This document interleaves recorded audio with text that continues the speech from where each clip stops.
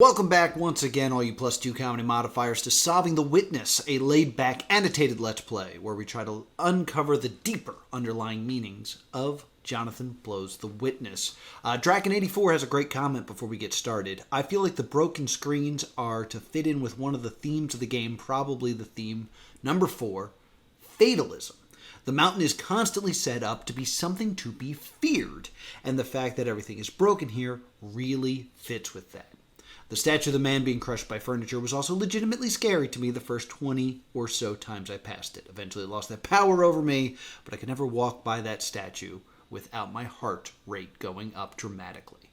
I can kind of see that. It does kind of play with that idea of fatalism, and the mountain is definitely a scary thing. If you go back to, I think maybe it's the video What, where I make the connection that the audio of, I forget which one it is, but it's audio about someone going and seeing the mountain, and the mountain being like frightening and huge and ominous, and turning around and returning to the willow tree.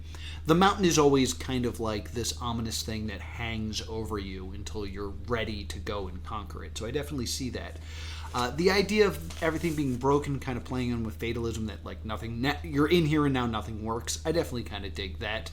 We're going to get deeper into the ideas of areas very soon, so I'll leave it here for now, and we'll get back into my Let's Play already in progress. Hey, Styles!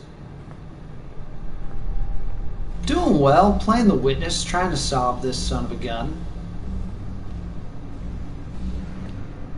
I did it. I made it over here.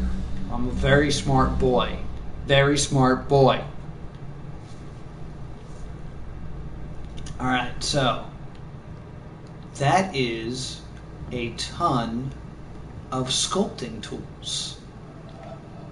Those are all like different sculpting tools. So this would imply maybe that, oh actually, I was going to say that maybe this guy made the statues, but it looks like they were used for whittling. And yes, I see the audio, but I'm going to look around first. So this area is going to be something that we talk about a lot. There's a lot to go on here, and the first thing I want to talk about are these chisels.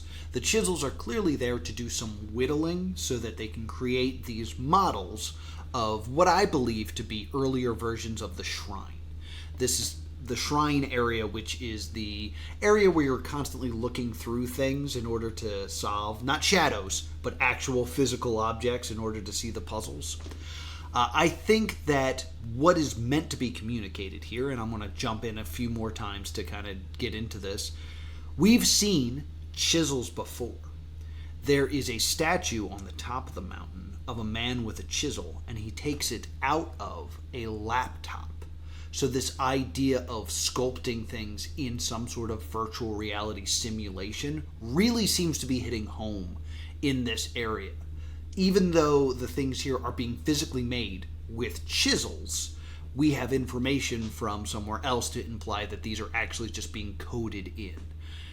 More to come on this. Hi, rare appearance from me. How you doing? I'm Editor Noah. I'm the one who edits in Editor Noah's little break-ins here. And while I was doing that, I noticed something that seems very obvious to me now. Editor Noah is going to talk in the future about how he doesn't understand what those earlier models of the shrine are. Those things off to the side, that weird like cone pyramid thing. And he's going to speculate that those are kind of like earlier concepts of the shrine, that those are like, it went through like an evolution. That's not the case. If you really look at it, those three pieces fit together and then go on top of that shrine model that is missing a roof to make the roof of the shrine. It's in three different pieces, and you need to combine it and put it on top. Which makes sense because it's a shrine, and a shrine where you have to put three things together but can't seem to figure it out is, of course, the shrine of the silver monkey. What is this? It's like a ziggurat, like a tomb or something. Ooh, interesting. And like, of course, this sets off my Witness environmental sensors. Okay, so Okay, this is fascinating because that's the shrine. Uh, of game environment? I don't know where this would be. I don't remember ever seeing this. That doesn't look familiar to me. This, I'm sure, is somewhere. Yeah, that's the shrine. I don't know why dumb player Noah couldn't tell, but that's the shrine, Noah. This doesn't look right. That down there doesn't look like anything I recognize. This is clearly the shrine. I don't remember this part here. But what's most interesting about this is that it's designed to be broken. So that means it was built broken. So the whole idea of something happening to it or eroding over time and it being old, bullshit. It was always built broken. So the fact that these drawings have the shrine is broken, it could mean a few things. One thing that I'm kind of throwing out, but it is kind of the obvious solution, is the shrine already exists on the island, and someone in the mountain or the volcano is recreating it. They've seen the shrine, and now they're drawing the shrine broken. That's not the vibe of Inside the Mountain. The idea of Inside the Mountain seems to be this vibe of being in charge. This is kind of the hub, the center of the island here. It kind of gives this fact, and we're going to see more evidence in a later episode, that these are plans for the shrine. Because there's some little changes in all the different versions here. So it seems like these are drafts. These are not recreations of something that already exists. These are the planning documents to create something. And if that is true, that means that it was designed to look broken. Nothing actually broke it. This is a thing that we've talked about many times. Like, why is this wall down? What happened here? Was there a battle? Was there a fight? Was there a storm? This would imply that it was just designed to look that way. And that's something that we actually know to be true in reality. We know that inside this game we're playing, there wasn't actually an event. It was just designed to look that way. I'm jumping in and trying to decide if there's a story here and a reason why in its reality that is something is destroyed. But we know that in our reality it was just designed to look that way always. And I think that's kind of the conflict that we're constantly running into here, is that I've played this game throughout trying to justify every existence of every little thing. Something happened for a reason. There's a saboteur that's breaking things. Now that we're inside the mountain, there's a lot of evidence to be like, this is a simulation, this is a video game. You're kind of in the Insomniac Museum, if you get that reference, where you've done all the things, now you deserve to look kind of behind the curtain and see how we designed things and things that we tried that didn't work and how we fleshed out the design of different areas of the island. To get back to this, I kind of want to say, as much as it reminds me of Portal, but the man being buried under work, it's kind of like when you're at the end of a game, since we're at the end of the game, and you're just throwing everything at it at the end to get it done. So that's a possible interpretation. I don't know what this is at all. I don't know why I can't see this, but that's clearly the shrine from above. Like, it's a top view of the shrine. And there's something I really want to point out here at this point in the Let's Play, is that we have a lot of information about the shrine here. Different looks for the shrine, design of the shrine, but it's missing a very key component. It's missing the tree in the middle of it. There's a huge tree in the middle of the shrine. This could imply a few things. One would be that the tree is something natural and not man-made. So, it doesn't need to be designed. If we go with the idea that this is a planning state and they went out from the mountain and built this shrine to look like this broken idea, the tree is already there. It's not something they need to design. It's just something they need to build around. And you see there is a circle kind of in the middle that the tree can kind of grow through. In a blueprint, you would assume that they would include the tree just to have it there as a note like, yeah, it goes around the tree that you will see when you get to the construction site. So I definitely find it very odd that there is no tree to be seen here in any of these pictures, despite the fact that it is the center of the shrine. A lot of the details of the shrine are about the tree. There is branches that hang in front of panels, and you have to draw your way around those branches in order to solve puzzles. The main focus of the shrine, there is a smaller version of a tree that you need to draw around, and that will dictate which shutters are open, which allows you to see different environmental puzzles and puzzles that way. So the fact that the tree is missing, I find a bit suspicious. And now we're going into Crazyville. Ready for Crazyville? There is a light source directly above all of the different models of the shrine. It is located basically where the sun would be. Now, the shrine is all about perspective and looking through things. There is different things that are created through the different holes in the shutters. We talked about it telling the story of Odysseus and the sirens throughout what is going on in the shrine. We also talk about how the idea of the Holy Grail and the search for knowledge is a big thing that keeps popping up. There's also fruit there that also could be another symbol for knowledge that I don't think I talked about in my shrine episode, but like Garden of Eden, fruit, Tree of Knowledge, all seems to be there. It seems to be a lot of symbolism towards the pursuit of knowledge. Wanting to know what the siren sounds like, wanting the Holy Grail, wanting the forbidden fruit, this search and need for knowledge, right? So why wouldn't the tree be in any of the plans? Well, there's that hole at the top where the tree should be in one of the models of the shrine. And it got me thinking, if that model's there and the sun's there, and it's all about looking through things, perhaps there is a lighting effect that only works if that tree is not there. I don't know how the game The Witness is programmed, but if the information they're trying to give us right now is, hey, this is a video game, we know this is a simulation, that's part of the story of The Witness, is that you're dealing with a simulation, and they're showing us the shrine, and they're showing us the light, but the tree's removed. Is it possible, through actually dealing with this like it is a computer program, going in, removing that tree, that a new lighting effect will give us new knowledge?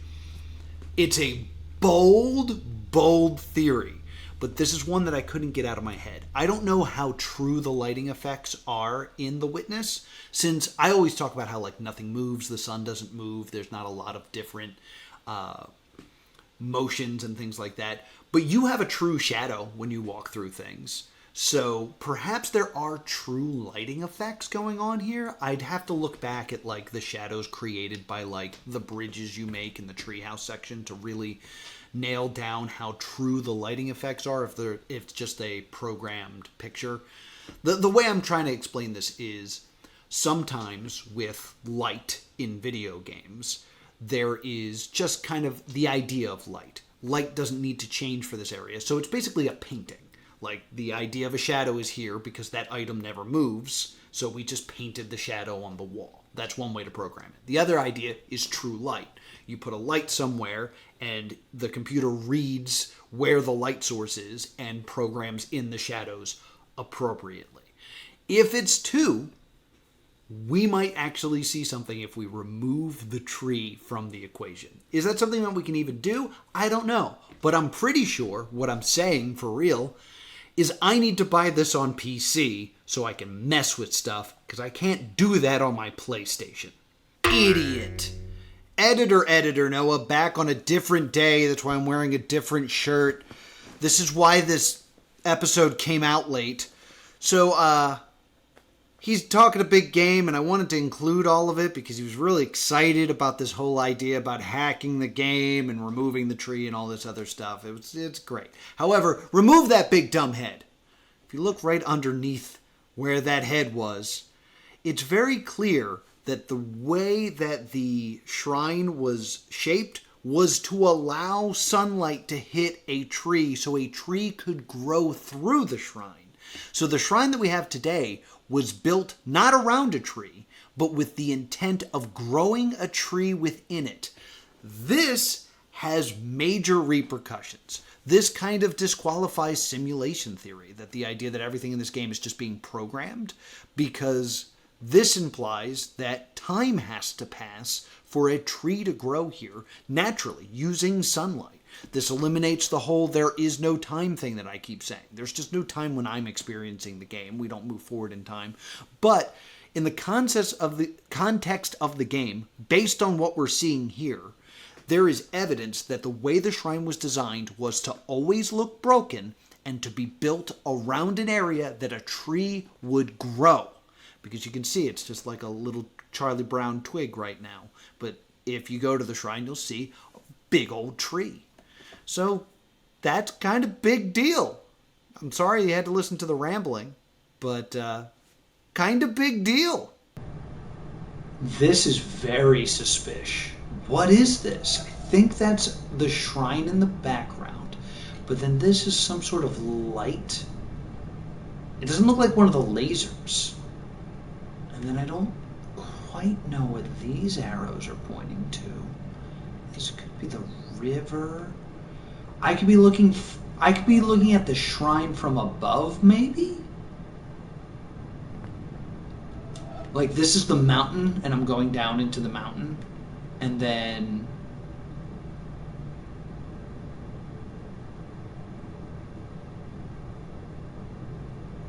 yeah, because these look like I'm trying to picture this area.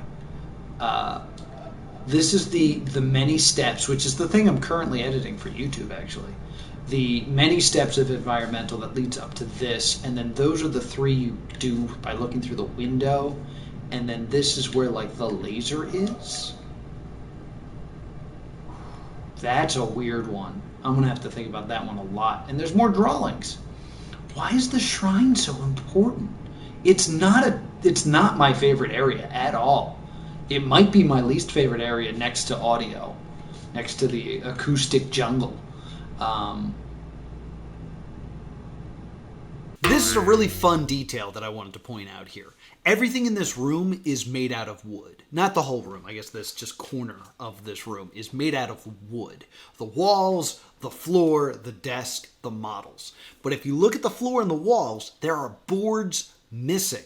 This is kind of implying that whoever was working here and actually creating this stuff had to acquire wood in order to build things out of wood like it's Fortnite, and just ripped the boards off the wall and then whittled these shrines. I just think that's really cool to think about. The idea that they went through that little detail of someone is here working with wood. Where's getting the wood? Oh, right there. Love this game. I don't know why are the way it's built. I don't know why that would be important. This could just be discussing light, like trying to make puzzles out of the shadows. But this isn't the area where you make puzzles out of the shadows. Editor Noah here, the more intelligent one, because I had more time to reflect on things. I just had to jump in because as I was editing, I noticed this part, and it is very clear from this drawing here that one, the thing that I said earlier about the stacking of the pieces of the shrine that go on top of the shrine model, that's true. And you can tell here that it would create an environmental puzzle. It's creating a big hole, and then there's a line going down that you should be able to click on and thus make an environmental puzzle. That environmental puzzle, though, will be destroyed by the growth of the tree, because the whole of it will then have a tree in it, and then you won't be able to click on it ever because tree. I find this to be very interesting. It definitely seems like it is designed to have an environmental puzzle in it, and it is designed to make sure that environmental puzzle is impossible to solve because you lose the perspective once that tree is there. Could this possibly mean that we should go back to the theory of hacking the game, removing the tree, and thus creating a new environmental puzzle that has never been solved before? Maybe.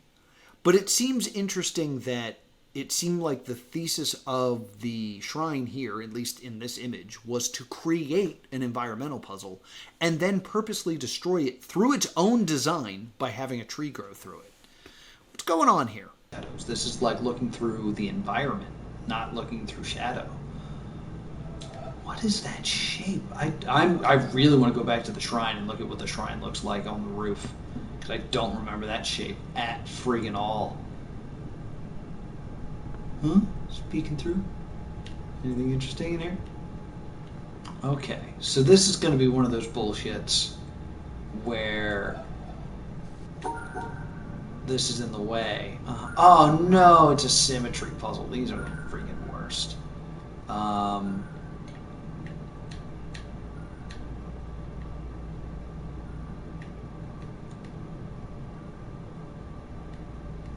No, okay.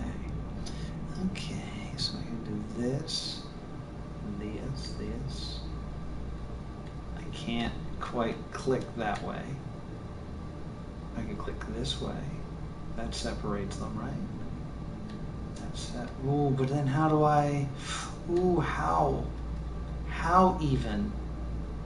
How does one even? I can do that. That separates them. But it's very important that we do this, or it doesn't work. Oh, man. I can't do it cycling down. Can I look at this from... No, no thank you. So looking at this area, I do have to ask, why is this broken? Unlike the screens where I claimed that it's water damage and there was some sort of problem with the electricity involved in powering a screen, dealing with all the moisture in the air, the idea that part of the wall is kind of collapsed here and broken, that's a little bit more than water damage. There's also no rust, which makes me worry about the whole idea of it being water damage. But I do want to say this.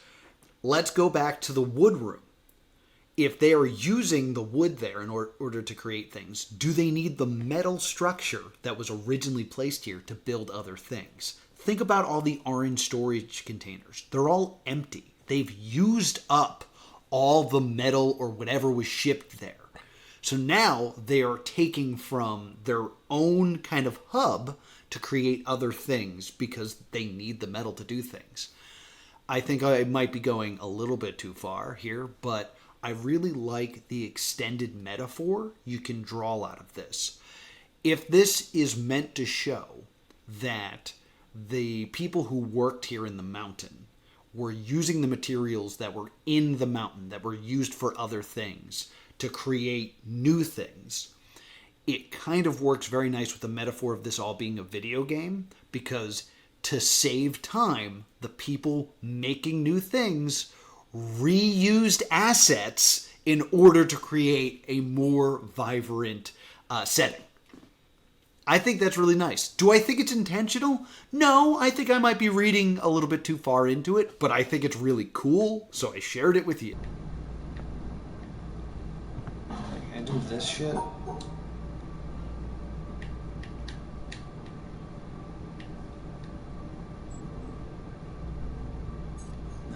To separate this. Oh, I need to be able to get past. Oh, you're actually touching the screen, aren't you? Oh, ooh! I just want to bend it. I just want to bend it. Look at it from this angle. I guess I could also, if I want to be real fancy. No, I couldn't do that. I was going to try to get this to go over here. Oh my... Oh!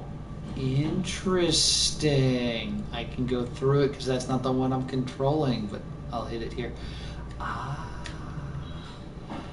Interesting. I learned a new thing.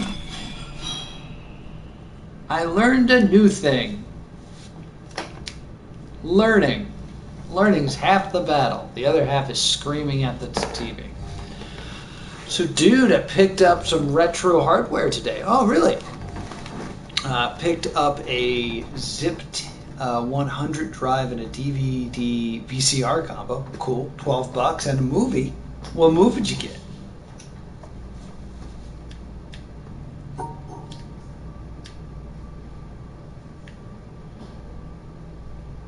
A Bridge Too Far? Solid flick. Oh, I gotta. And then I gotta. Then I gotta. Is there a? Those sons of bitches. Stop flashing so I can see what color you guys are. All right.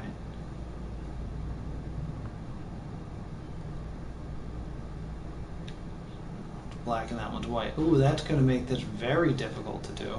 Is there a way I can kind of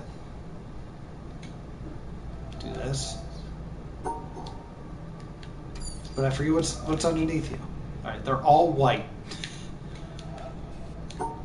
Everything's all white. All right, so if I do this and then this, that separates them. That separates. Hup.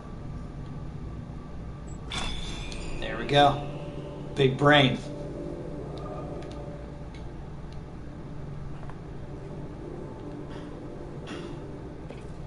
It sounds like I turned on a lot more than just this screen. Oh, I already hate this. I have to be able to, yeah, so I have to do this. I'm going to have to get this line here. That's going to be the only way that this works.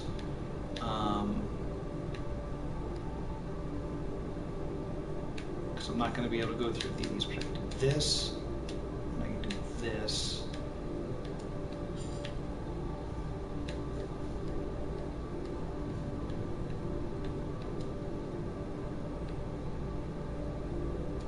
There we go. Damn it. Alright, so I gotta go 2 over. Alright, so I have to do this first, and then I can do that. Slide it up. Boom.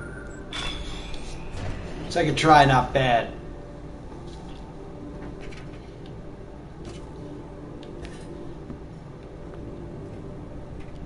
It's such a cool area. Little worrisome, very poorly built. I could die at any moment here. Just look at the notches. I know I said I saw the audio clip and then I just didn't ever watch it. So let's listen and do some philosophy. Thank you for reminding me. 2 major schools of Zen exist in Japan, the Rinzai and the Soto. Both have the same goal of seeing the world unmediated, but their approaches are different. In the Soto school, the emphasis is on quiet contemplation in a seated position without a particular focus for thought. Mm-hmm. The method in the Rinzai school, however, is to put the intellect to work on problems that have no logical resolution. Such problems are known as koans, from the Chinese kengan, meaning public announcement. Some are mere questions. For example, hit me. When your mind is not dwelling on the dualism of good and evil, what is your original face before you were born? Others are set in a question and answer form, like, what is the Buddha? Answer, 3 pounds of flax, or the cypress tree in the courtyard, to name but 2 of the classic responses. According to tradition, there are 1,700 such conundrums in the Zen repertoire. Wow. And their common aim is to induce a kind of intellectual catastrophe, a sudden jump which lifts the individual out of the domain of words and reason into a direct, non-mediated experience known as Satori. Zen differs from other meditative forms, including other schools of Buddhism, in that it does not start from where we are and gradually lead us to a clear view of the true way of the world. It is not a progressive system in this respect. The sole purpose of studying Zen is to have Zen experiences. Sudden moments, like flashes of lightning, when the intellect is short-circuited and there is no longer a barrier between the experiencer and reality. David Darling, 1996. Darling. Darling has been here before. We've definitely had a quote from Darling. I'm going to say in The Keep we had something from Darling. But yeah, that's an interesting idea. In Buddhism, you want to reach nirvana, which is a higher level of thinking. With Zen, it's instead of it being like you reach nirvana, it's a moment. Like if you want to go old school, Jon Stewart on The Daily Show, and now your moment of Zen. It was just like a flash. So it's the idea that nirvana is not a thing that you achieve. It is a fleeting moment, almost like a dream, where it's like, I get it, kind of, it's gone. So. Put your feet up. This is going to be a long one. I'm going to have to read from the notebook for this one because we have a lot to talk about when it comes to David Darling, or David J. Darling. First off, I find this pretty interesting. This is not the first time we hear from this astronomer/philosopher. David Darling also has an audio clip found in the Shady Trees area inside a metal orange container, like one of the ones I was just talking about. That area is hinted at in the pillar of televisions and chairs crushing the statue. There is a camera that shows that particular spot. So there's a hint to find the other David Darling quote in the same area, which I found very interesting. I did some research and I couldn't actually find this quote. I like to find like the actual context. I am 90% sure that this comes from Zen Physics, the Science of Death, and the Logic of Reincarnation. I say that because that is the book that was printed in 1996, and this quote is attributed to David Darling in 1996. So I'm pretty sure that's where it's from. I didn't buy the book, but I'm pretty sure that we're grabbing a part of that novel, or not novel, that publication. The thing that I'm seeing that's pretty interesting is every time I do research on him, a lot of people who study Zen don't like him. They have a lot of problems with the things that David Darling is saying. He opens by saying that the two major schools of Zen exist in Japan. There's the Rizani and the Soto, which I looked into, and they both do exist in Japan. But it completely ignores a third type, which is called Uboku. So it's already starting out with some misinformation. Do I think that this is Jonathan Blow including incorrect information to make us question things? No, I don't think so, but it is pretty odd that there are three schools and one is completely being ignored. What I really want to talk about here, though, that I find very interesting is the location of this sound thing, because we talk about that the location where you find the audio clip is very important. The location of this audio clip is inside the shrine model. So I feel like what they're trying to say through visual storytelling is this quote is important to the context of the shrine, not so much the context of the mountain.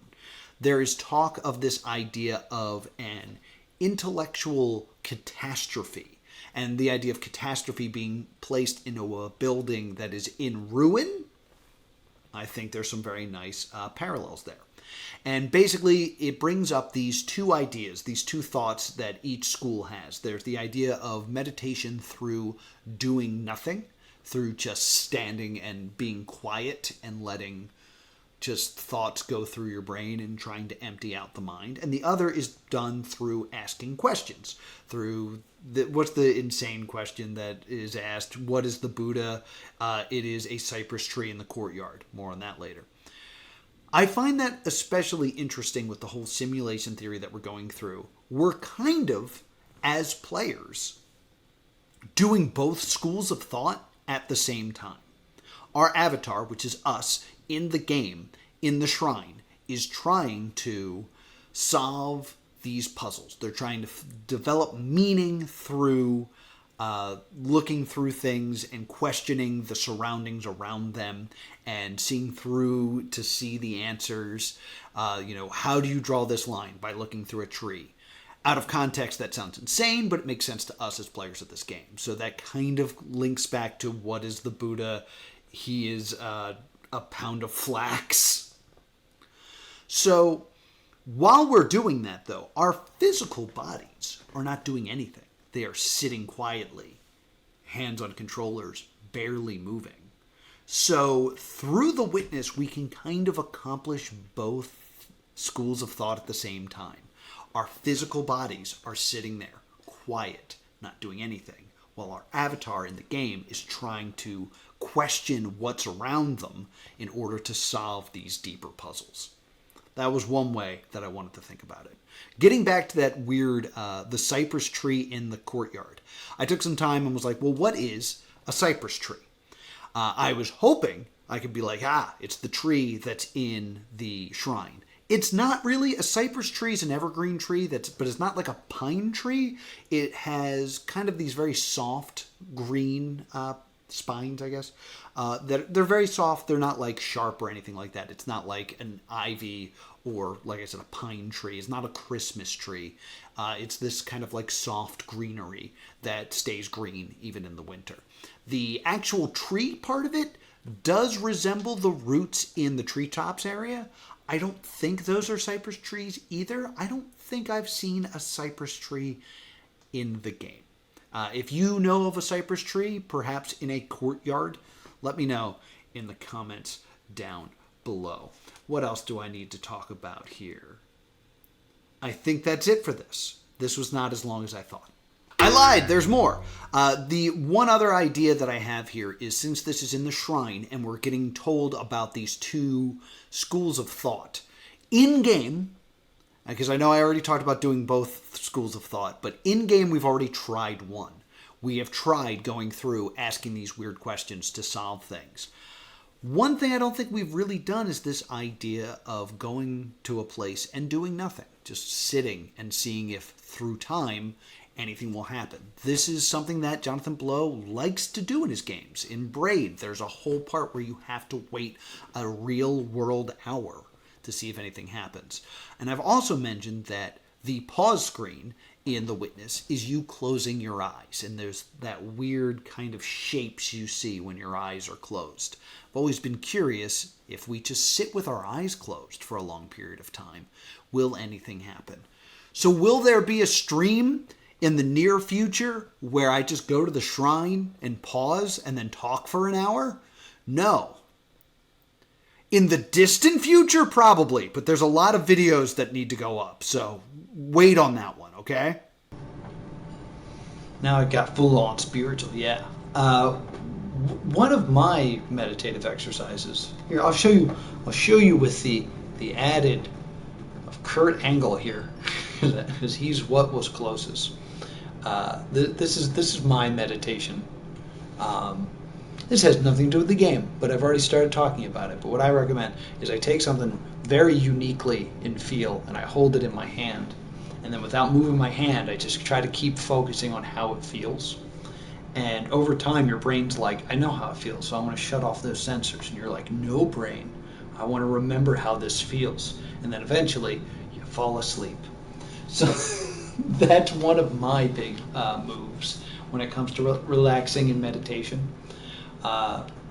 So I just want to interrupt here just because we just started talking about wrestling. I have a wrestling match that's up that you might want to check out after this is all over. It took place at Midsummer Nightmare, where I take on the Spoiler in a Rhode Island no barbed wire match. It's really fun. I'll put a link here. It's at like the 2-hour mark, a little after the 2-hour mark, because I'm the semi-main event.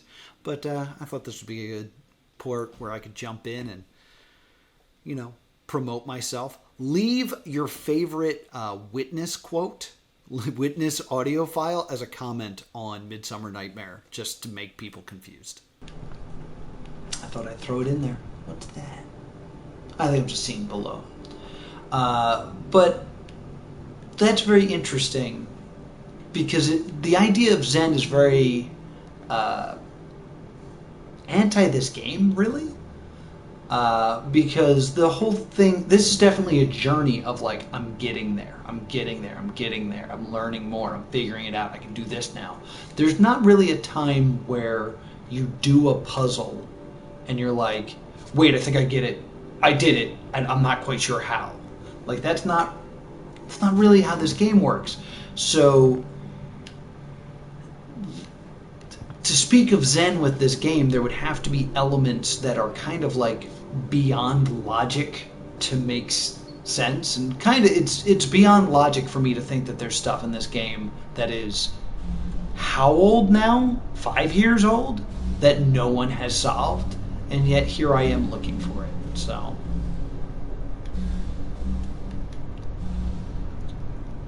that door's open now, right? Yeah, so I gotta figure out how to get to that door.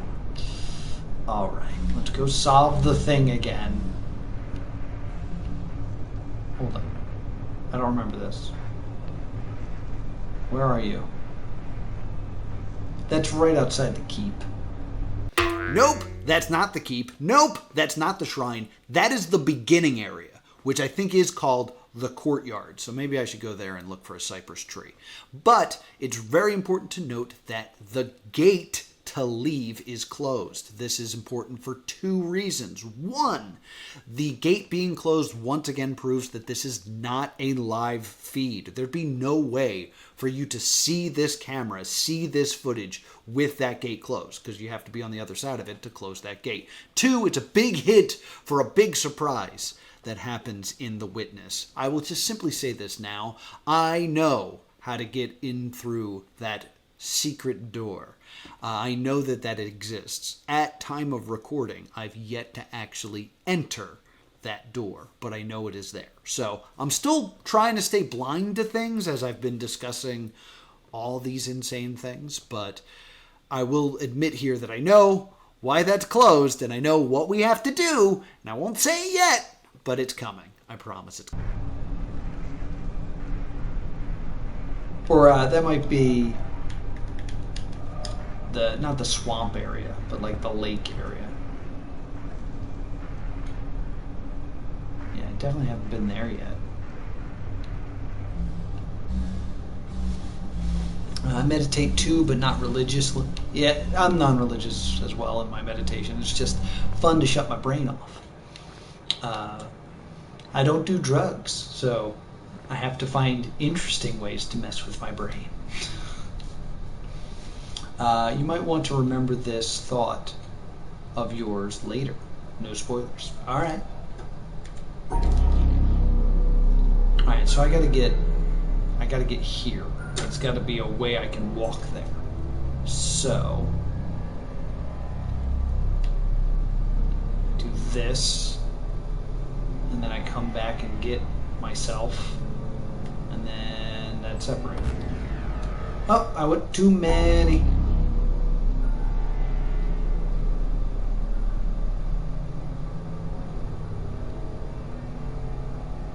I think I did that right. You should just be sure. I think it actually should be better if I did this. There we go. The game in Zen. Oh boy. About fleeting moments of nirvana. Alright, I will keep that in mind. Through here, cut through here. Perfect. Alright. Here we go. Deeper into the mountain we go.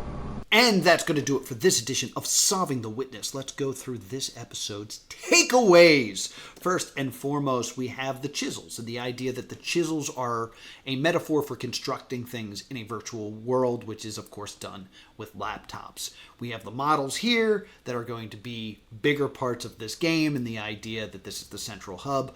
Of course, it could just be somebody who has a hobby and has seen the shrine and wanted to whittle it into wood. What are your thoughts on that? There's also that weird one that's more of a pyramid that I didn't really talk about. I said that possibly was an early version of the shrine or an incomplete version of the shrine. If you think it's something else, let me know in those comments down below, because I'm going to have a lot of things that I'm going to have to report back after this one, because there was a lot of controversy. Two, we got to talk about how the shrine is designed to be broken and what that means, the context of that, hey, this is designed to look broken, so it wasn't actually destroyed, and there was never a version of the shrine that was fully built. What are your thoughts on that? Also, there's the idea, my insane idea, that all the models of the shrine are done without the tree, and maybe that we should go into the actual programming and remove that asset so that the sun can go through. That area is all about looking through things, so maybe it's true. Has anyone tried that? Am I talking crazy? Let me know. There's also the idea of the missing boards and the missing metal and the idea of them ripping it out of the wall so they can do other things in it.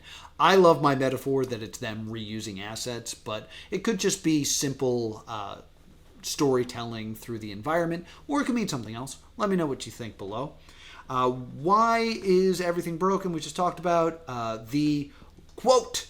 Is this quote trying to show that we are doing both versions of thought at the same time? We are doing the Resina, whatever, and the Soto versions of thought, the asking questions while sitting quietly at the same time through simulation. Is that what's supposed to be meant here? Is there something more to the cypress tree? I know it's a weird thing for me to just pull out here, but we saw the thing with the willow tree happen once before, and the pruned willow tree, so I thought I want to pull out any time that they mention something that could be a landmark. This is me just being thorough. There's also the idea of going to the shrine and just sitting quietly. If anybody wants to give that a shot, let me know and report back to me, and the idea of doing it with your eyes shut or it paused. Those are both ideas that I want to try out. Check out my wrestling match. It's probably on screen right now. And finally, the starting area. I think you don't need to say anything about that yet. It's coming. Save those comments for later. But make the other comment below. And also, while you're down there, you can subscribe and hit that bell so you'll get a notification. That wasn't a word. I got hit in the head a lot during my wrestling match. You'll get a notification next time we try to solve the Witness.